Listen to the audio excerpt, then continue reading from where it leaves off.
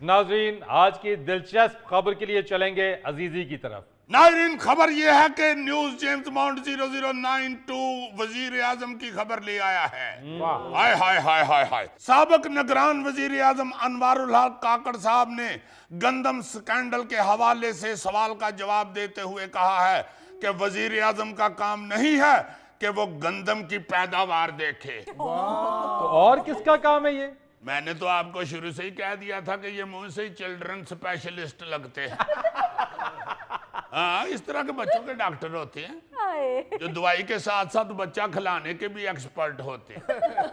रोते हुए बच्चे को पहले उठा के टू टू मामा चुप कर जाओ, चुप चुप चुप, टीका तो नहीं लगाना, मैंने मीठा शरबत दूंगा। ऐसी बातें कर रहे हो? सेनेटर है वो, सेनेटर। ओ यार, मुझे पता है सेनेटर है, मगर देखो तो सही क्या रहे हैं। कहते हैं वजीर आजम का काम नहीं है गंदम की पैदावार देखना, और वजीर आजम का काम क्या देखना है कि दीवार सीधी है कि नहीं, या लेडीज कपड़े की दुकान पे बैठ के देखना है कि दुपट्टा सूट के साथ मैच करता है कि नहीं, या रेलगाड़ी से शेर बाहर निकाल के देखना है कि स्टेशन आया कि नहीं,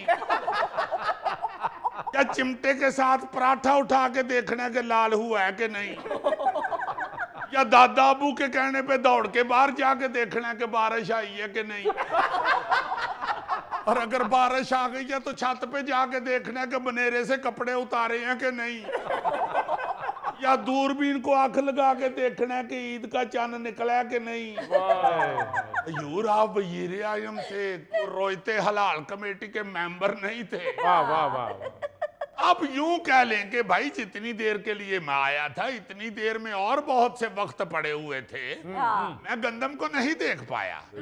ये कोई बात नहीं है कि वजीर आजम का काम नहीं है गंदम की पैदावार को देखना।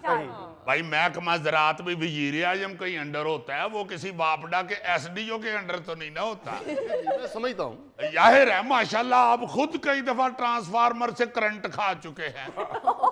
करंट खाया है, किसी के पैसे नहीं खाए। हर वजीर आजम अल्लाह को भी पाए।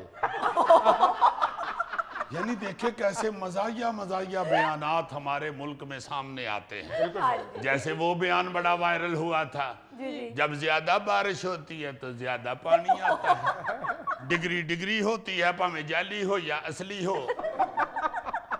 मैं बाहर के मुल्कों में भाग के नहीं जाता, जहाज पे जाता हूँ। भाई सीधी बात है, इतनी सारी गंदम जो दरामद की गई है, जबकि पता है कि आगे हमारी गंदम की वाडियां शुरू होने वाली हैं, हमने वो वाली गंदम को चूहियों के आगे तो नहीं ना डाल दी। ये बात, इतनी सारी गंदम मंगा के इतने तगड़े रेट पे बेच के किसने पैसे इकट्ठे कर लिए हैं।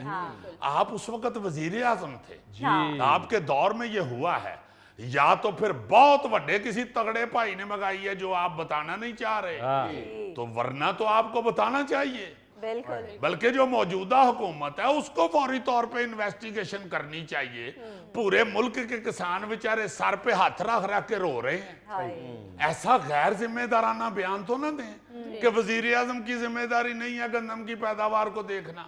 ये तो वही बात हो गई ना, एक चौधरी ने रख लिया कामा, तुझे कहता बैठ पुत्र तेन मैं तेरिया जिम्मेदारियां ते काम समझावा, कहता हुक्म जनाब।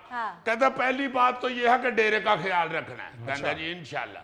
दूजी तेरी जिम्मेदारी ये है कि खेतों शेतों का भी चक्कर लगाना है, कहते जी बिल्कुल ठीक जनाब। कहता तीसरी जिम्मेदारी ये है कि यहाँ कोई भी अभी नबी हो तो फौरन मुझे इतला करनी है, कहते जी बिल्कुल ठीक है। कहता हुण मेरे को काम सुन के काम तेरा की है, कहते एक मिनट चौधरी साहब, ए जिम्मेदारी ਜਿਹੜੀਆਂ ਤੁਸੀਂ ਕਹੀਆਂ ਨੇ ਤੇ मैं पूरिया करांगा, ए काम करना मेरी जिम्मेदारी नहीं जे। यानी आप ये देखें कि 25 दिन में जहां से गंदम आई है वहां से इधर तक पहुंचनी थी पाकिस्तान, तो जब अप्रूवल हुई है ना जी इस गंदम की, उसके 7वें दिन गंदम इधर पहुंच गई है।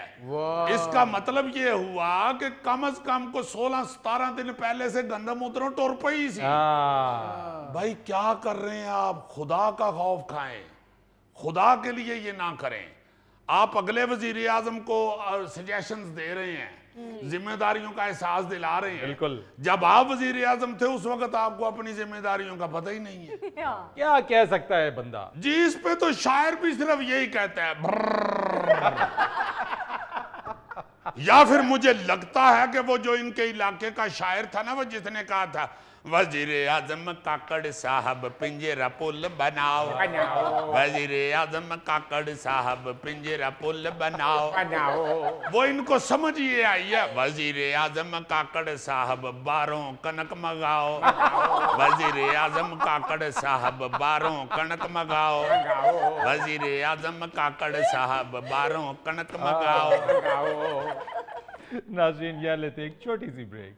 अब उन्होंने सख्ती कर दी है, हर सड़क के ऊपर उन्होंने कहा है कि हम बंदे खड़े करेंगे, जिसके टोकन नहीं अदा हुए होंगे हम उसकी गाड़ी को अंदर करेंगे या उसी वक्त टोकन अदा करें।